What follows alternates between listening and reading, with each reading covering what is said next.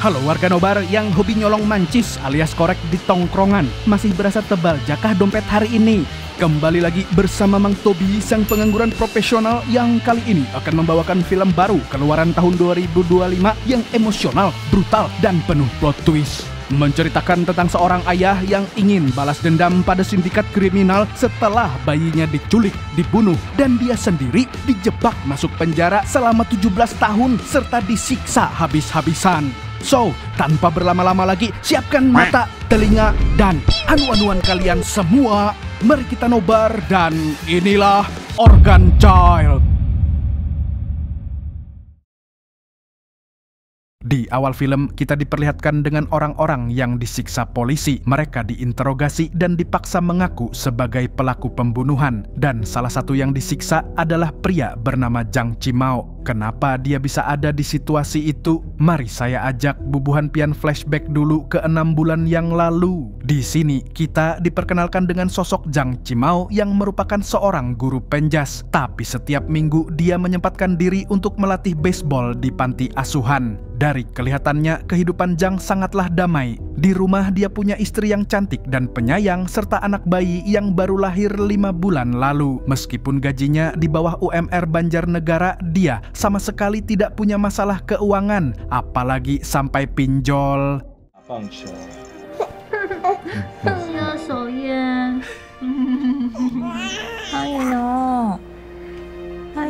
Zhang dan istrinya justru merasa cukup dan bersyukur atas kehidupan mereka. Bahkan setiap minggu mereka berdua menyempatkan diri makan bersama dengan para anak yatim di panti. Bagi anak-anak itu, Zhang dan istrinya adalah orang tua mereka. Suatu hari, salah satu anak di panti menghilang secara misterius. Sontak Zhang pun langsung protes ke pihak panti yang tidak bisa melindungi anak-anak.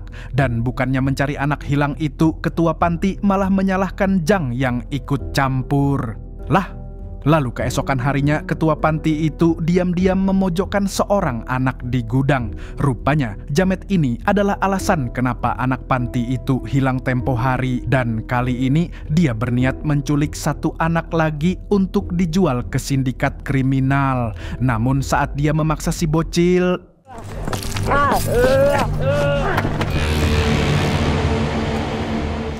ketua panti itu tewas tertusuk besi. Seketika Zhang yang berada di sana pun panik harus bagaimana. Yang jelas dia harus membela anak-anak panti. Namun masalah tidak berhenti di situ. Hidup Zhang yang tadinya damai kini berubah menjadi neraka setelah bayinya diculik oleh pria misterius. Zhang dan istrinya pun melapor ke polisi, tapi seperti biasa tidak ada tindakan apa-apa. Mereka juga sudah menyebar foto anaknya, namun sama sekali tidak membuahkan hasil. Hingga suatu hari mereka mendapat petunjuk kalau bayi itu sempat dibawa ke sebuah rumah sakit. Namun di sana Zhang ngamuk karena para perawat malah menyuruhnya untuk merelakan sang anak.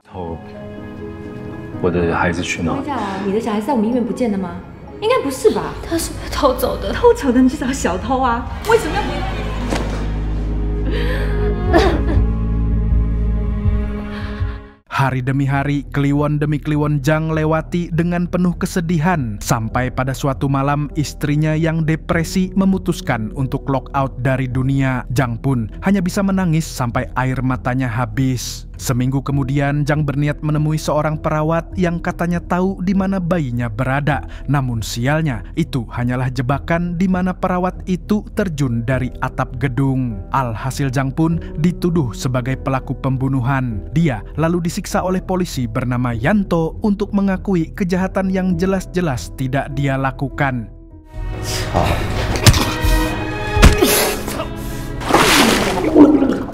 Singkat cerita, 17 tahun pun berlalu. Zhang akhirnya bebas bersyarat dari penjara. Di hari pertamanya keluar, dia ditemui oleh Yanto yang sekarang bersikap sok baik di depannya. Padahal dulu dia menyiksanya tanpa ampun. Di sini Yanto berniat memberi modal usaha agar Zhang yang masih nganggur bisa jualan pentol atau cimol bojot. Akan tetapi Zhang menolaknya karena di dalam pikirannya dia hanya ingin mencari dan membalas dendam pada orang yang menculik anaknya. Suatu malam, dia menggunakan pakaian serba hitam dan topeng untuk melakukan aksinya. Aksi pertamanya adalah menculik kepala perawat yang dulu memintanya pasrah. Tidak hanya menculik, dia juga menginterogasi dan menyiksanya habis-habisan.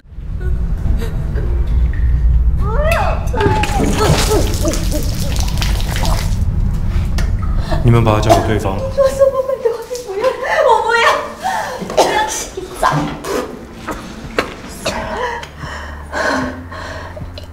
Di sisi lain, kita diperkenalkan dengan seorang gadis remaja bernama Zia. Dia memiliki 3 sahabat yang selalu menemaninya. Yang pertama adalah Mei, satu-satunya teman wanita yang dia miliki. Kemudian ada Shihao, seorang anak pembantu yang ditugaskan untuk melindunginya. Lalu yang terakhir ada Jonghan yang berteman dengannya sejak kecil. Malam harinya, Zia dan yang lain main ke rumah Jonghan. Di sana, Jonghan diam-diam memakai laptop ayahnya untuk menonton sebuah live streaming di dark web. Rupanya video yang mereka tonton adalah penyiksaan kepala perawat yang dilakukan oleh Zhang. Namun di saat menonton, Shihao dan Jonghan malah ribut karena Shihao lupa mengembalikan sempak yang dipinjamnya selama 1 tahun. Saking kesalnya, Jonghan hampir saja menghajarnya.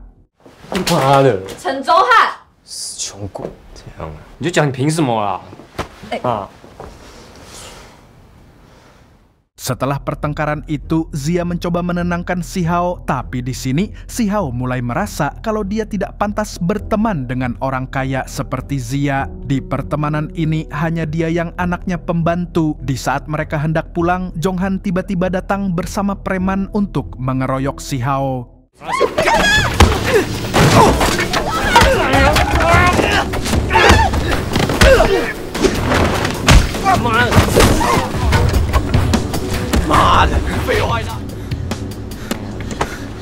Namun sebagai anak yang hidupnya keras, Shihao pun mampu membuat Jonghan CS terkapar tak berdaya. Tanpa mereka sadari, Zhang diam-diam mengawasi mereka dari kejauhan. Dan setelah mereka pergi, dia langsung mengangkut Jonghan ke bunker rahasianya. Lalu di sana, dia merendamnya di air yang sangat dingin dan menyiarkan penyiksaan itu secara langsung. Sebelumnya, Zhang mendapat info dari kepala perawat, di mana Jonghan adalah anak dari salah satu anggota sindikat perdagangan organ yang bernama Chen. Setelah itu, Zhang langsung pergi ke rumah Chen dan langsung menculik dan menyiksanya.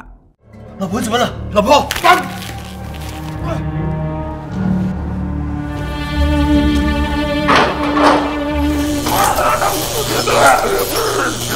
Sambil menyiksanya di kursi listrik, Zhang bertanya siapa lagi yang terlibat dalam penculikan bayinya. Sejauh ini baru kepala perawat yang mengakui kejahatannya. Namun Chen tidak mau buka mulut meskipun sudah disiksa berkali-kali. Oleh karena itu, Zhang pun mengancam akan membuat Jonghan mati tenggelam. 保重，等一下，等一下。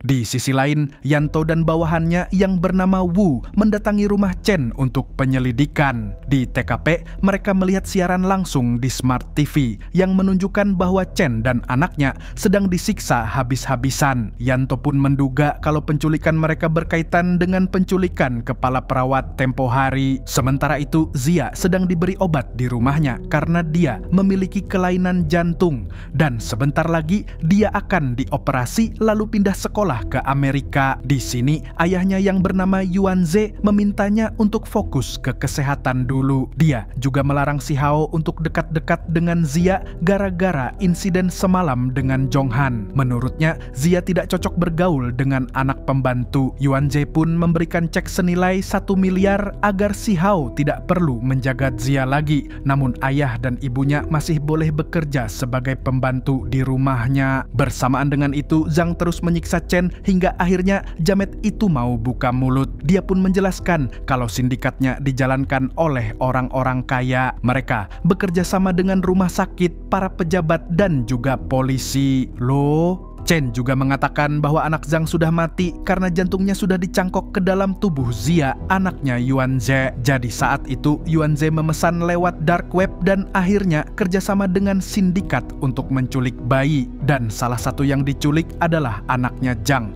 Mendengar fakta itu, Zhang pun sangat murka dan kembali menyiksanya. Dia kemudian melakukan live streaming lalu mengirimkan sebuah alamat ke polisi. Sontak Yanto dan Wu langsung OTW dan tidak disangka-sangka mereka menemukan Zhonghan di sana. Setelah mengamankannya, Wu berniat kembali ke kantor polisi. Namun tiba-tiba 曾经东栽赃给我，逼我认罪。 Setelah diancam, Wu disuruh Zhang untuk mencari bukti apakah Yanto terlibat dalam sindikat kriminal. Sementara itu, Yanto akhirnya tahu kalau orang yang menculik Chen adalah Zhang, guru penjas yang pernah dia siksa. Tidak berselang lama, Zhang kembali beraksi dengan menculik Yuanze. Alhasil, polisi pun memanggil Zia untuk memberitahu hal tersebut. Zia pun langsung panik dan meminta polisi untuk segera menyelamatkan sang ayah. Lalu di saat yang sama, dia melihat sebuah alamat hotel di papan tulis yang diduga sebagai tempat persembunyian si penculik. Sontak, dia pun langsung meminta si Hao untuk mengantarnya ke sana. Tidak hanya Zia, Yanto CS juga datang ke hotel itu untuk menangkap Zhang. Tapi seperti polisi pada umumnya, mereka selalu kalah pintar. Di sini, Zhang mampu mengelabui para polisi bungul itu lalu kabur setelah menghajar dua anggota mereka.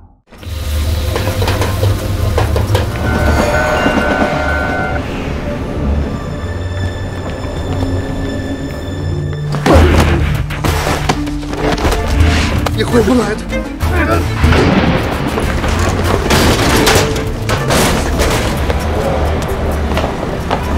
Setelah berhasil kabur dari polisi, Zhang kembali ke bunker untuk menyiksa Yuanze. Meskipun dia hanya mengaku sebagai pembeli, tapi ternyata dia punya saham mayoritas di rumah sakit yang bersekongkol dengan sindikat kriminal. Yang artinya dia bertanggung jawab atas ratusan bayi yang diculik dan dibun-bun. 以后我们可以好好说，你要钱的话我都可以给你。我不要钱，想起来了，对吗？你们挖出他的心脏。 Tanpa Zhang sadari, Zia dan si Hao mengikutinya sampai ke bunker. Lalu tanpa pikir panjang, dua remaja itu langsung memukul dan menyetrumnya sampai pingsan. Dan setelah itu, mereka pun membawa Yuanze pergi dari sana. Setelah sadar, Zhang membakar bunker itu sebelum Yanto CS menemukannya. Dia kemudian pergi ke sebuah bengkel tempatnya tinggal untuk sementara. Di sini juga terungkap kalau selama ini Zhang tidak bertindak sendirian. Dia dibantu oleh para muridnya, yaitu anak-anak panti yang kini sudah dewasa. Ada yang jadi montir, pengacara, sampai tukang pukul. Mereka semua rela melakukan apapun demi Zhang karena bagi anak-anak yatim ini, Zhang adalah sosok ayah yang selalu ada untuk mereka. Salah satu muridnya lalu memberikan sebuah berkas. Dalam berkas itu ada bukti bahwa Yanto pernah disuap untuk menjebak Zhang 17 tahun yang lalu. Di tempat lain, Wu diam-diam mengorek informasi dari Yanto tentang hubungannya dengan sindikat. Dia melakukan itu karena takut kalau Zhang akan datang dan mengancamnya lagi. Keesokan harinya, mereka berdua mendapatkan alamat bengkel milik murid Zhang. Setelah menunjukkan surat penggeledahan, mereka pun langsung mencari keberadaan Zhang. 张其茂是你朋友对吧？知道，怎么了吗？有跟他联络吗？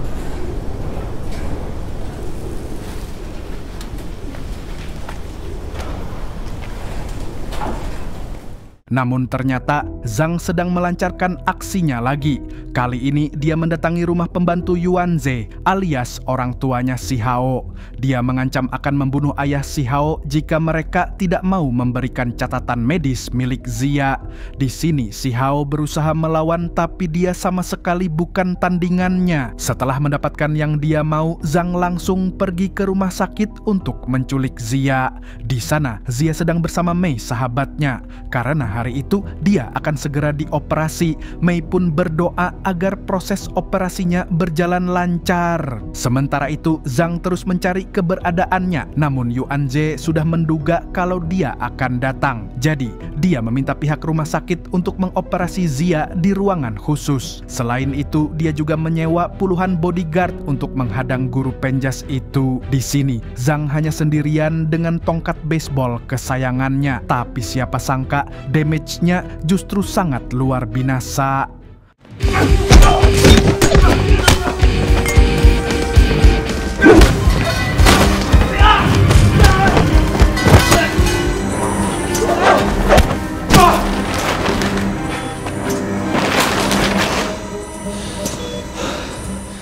Singkat cerita, Zhang berhasil membawa Zia ke tempatnya. Setelah gadis itu sadar, dia memperlihatkan sebuah video yang menunjukkan bahwa Yuanze adalah orang yang jahat. Dalam video itu, Yuanze mengakui perbuatannya dalam jual beli organ. Tapi yang paling mencengangkan adalah Yuanze berkata kalau anak Zhang masih hidup sampai sekarang. Dan anak yang dimaksud adalah Zia. Ternyata Yuanze sengaja merawat Zia sampai remaja agar jantungnya bisa diambil untuk anak kandung yang dia sembunyikan. Mendengar itu, Zia pun tidak percaya sama sekali. Menurutnya, sang ayah sengaja berbohong pada Zhang demi melindungi dirinya. Namun salah satu murid Zhang meyakinkan kalau Yuanze berkata jujur. Dia lantas mengajak Zia untuk tinggal bersama Zhang, ayah kandungnya. Bagi anak-anak panti, dia dan istrinya adalah malaikat penolong. Walaupun bukan orang kaya, tapi mereka selalu menyisihkan uang untuk memberi makan anak yatim piatu. Jadi, dia meminta Zia untuk tidak khawatir karena Zhang bukanlah orang jahat. Tapi Zia, kekanak tambuk ini tetap tidak percaya dan ketika mereka lengah, dia langsung kabur dari sana lalu menghubungi Si Hao.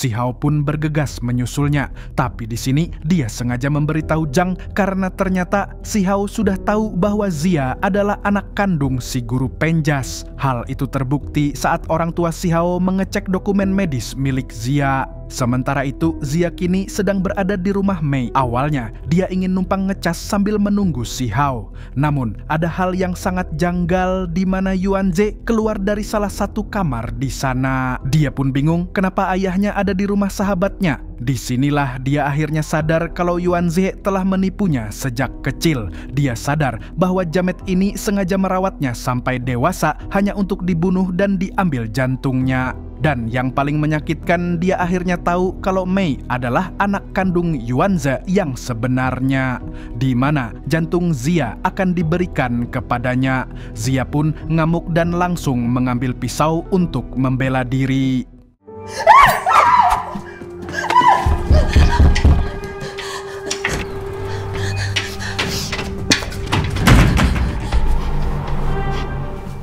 Sambil menodongkan pisau, Zia menangis di hadapan Yuanze dan Mei, dua orang yang mengkhianatinya. Selama 17 tahun dia telah dimanipulasi seolah-olah Yuanze adalah ayah yang baik. Tapi di balik itu semua, dia hanya mengincar jantungnya. Dia juga merasa sakit hati karena Mei adalah sahabat terbaiknya. Namun sekarang, semua itu sudah tidak ada artinya lagi. Zia pun menempelkan pisau di dadanya, memilih untuk lockout daripada harus mati di tangan Yuanze. Tapi tidak berselang lama,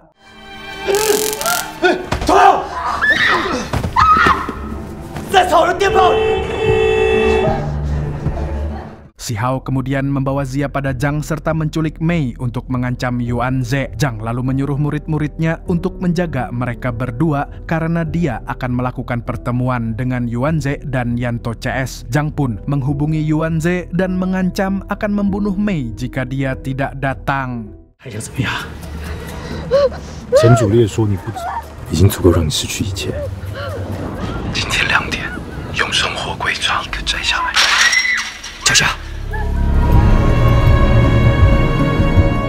Di lain pihak, Zia dan Si Hao dibawa ke sebuah kos-kosan 300.000 sebulan di mana tempat itu digunakan oleh para muridnya untuk membantu live streaming dan melakukan hacking. Di sini, mereka pun memperkenalkan diri pada Zia dan Si Hao. Untuk meyakinkan bahwa Zhang adalah ayah yang bertanggung jawab, mereka pun menceritakan kejadian 17 tahun lalu. Saat itu, ketua panti yang jahat tidak sengaja terbunuh oleh salah satu murid. Zhang pun membantu mereka menguburnya dan tetap membela mereka apapun yang terjadi.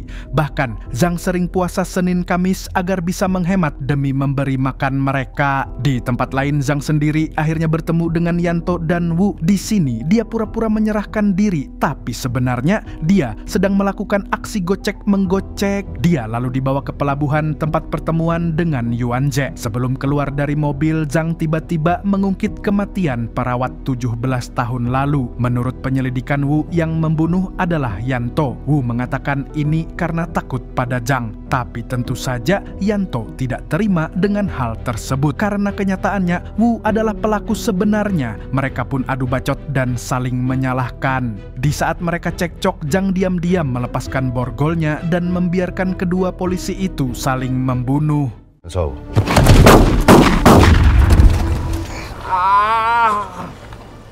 Di sini, Wu berhasil menghabisi Yanto dan setelah itu dia berniat untuk membunuh Zhang. Dia ingin menghabisinya karena dia juga terlibat dalam sindikat, sehingga untuk menutupi kejahatannya dia harus melenyapkan Zhang. Namun selagi mencari Zhang di balik kontainer, dia justru menemukan Chen dan kepala perawat yang dikurung di dalam mobil. Rupanya Zhang tidak membunuh mereka. Tak lama kemudian dia akhirnya menemukan Zhang yang sedang bersembunyi. Alhasil, baku hantam pun terjadi.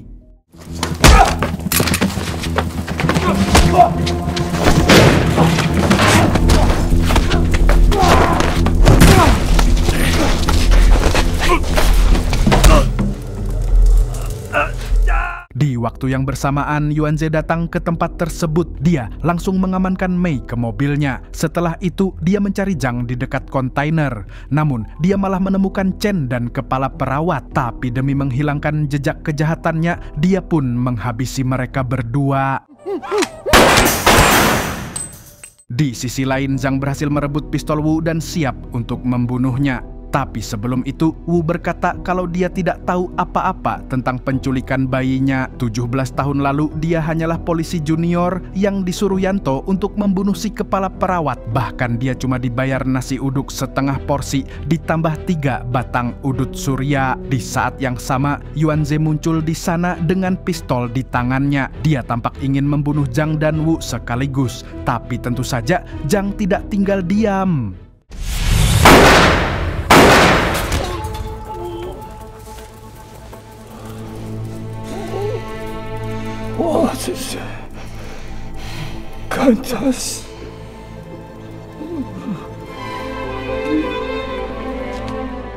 Setelah menghajar Yuanze, Zhang berjalan ke mobil jamet itu lalu mengeluarkan Mei. Awalnya, Yuanze merasa semua masalahnya sudah selesai. Namun tak lama setelah itu, murid-murid Zhang muncul tanpa sepatah kata pun. Mereka pun langsung menghabisi ayah dan anak tersebut.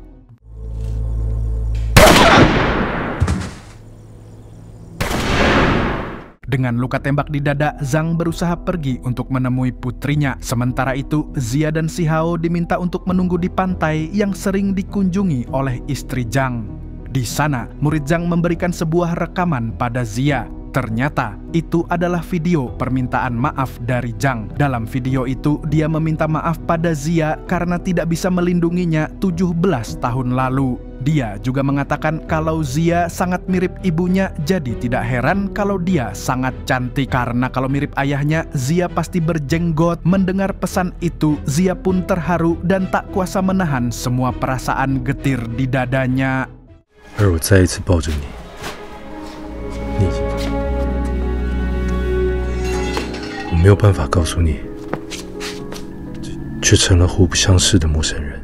Di dalam video itu, Zhang juga menceritakan masa-masa di mana Zia baru lahir ke dunia. Dia dan istrinya sangat bahagia karena diberi sebuah anugerah di tengah kesulitan yang mereka hadapi. Berkat Zia, kehidupan mereka jadi lebih baik. Namun saat Zia diculik, dunia seakan runtuh dan membuat istrinya menyerah dengan hidup. Kalau boleh mengulang waktu, Zhang ingin menemani Zia tumbuh dewasa, mengantarnya ke sekolah, makan seblak bersama-sama, dan melindunginya dari segala mara bahaya. Kemudian, Zhang juga memberikan dua pilihan, di mana Zia berhak mendapatkan hidup yang layak dengan tidak ikut tinggal bersamanya.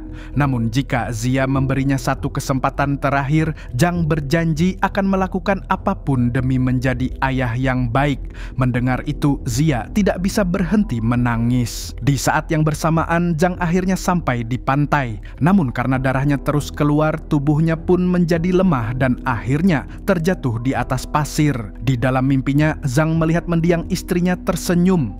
Tapi kemudian dia menyadari satu hal, dendamnya mungkin sudah terbalaskan, namun istrinya tidak mungkin hidup lagi.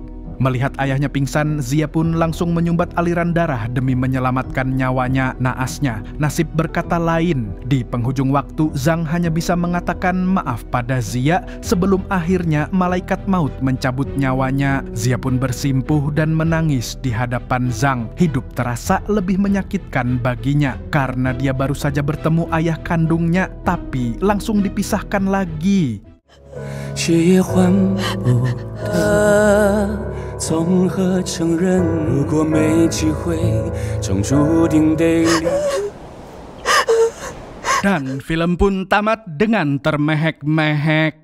Dari film ini kita tahu bahwa anak adalah segalanya bagi orang tua. Tanpa anak, bapak-bapak tidak mungkin bisa nyuruh beli udut ke warung Madura. Dan pelajaran paling pahit dari film ini adalah di dunia ini keadilan tuh cuman gasan orang kaya. Yang miskin organnya diambil, yang kaya organnya bisa beli. Jadi mun pian hendak hidup aman, pilihannya cuma dua. Jadi orang kaya atau jadi orang yang kada punya organ sisa gasan dijual. Hai, hapuk liur. Kalau kalian suka dengan video ini, jangan lupa like, komen, dan share. Hidup Jokowi! Segitu dulu dari Mang Tobi, sang pengangguran profesional, mengucapkan sampai jumpa di video selanjutnya. Nah, kalau begitu, Mas Yono, tolong dong passwordnya kali ini. Burung gundul pamit dulu. Terbanglah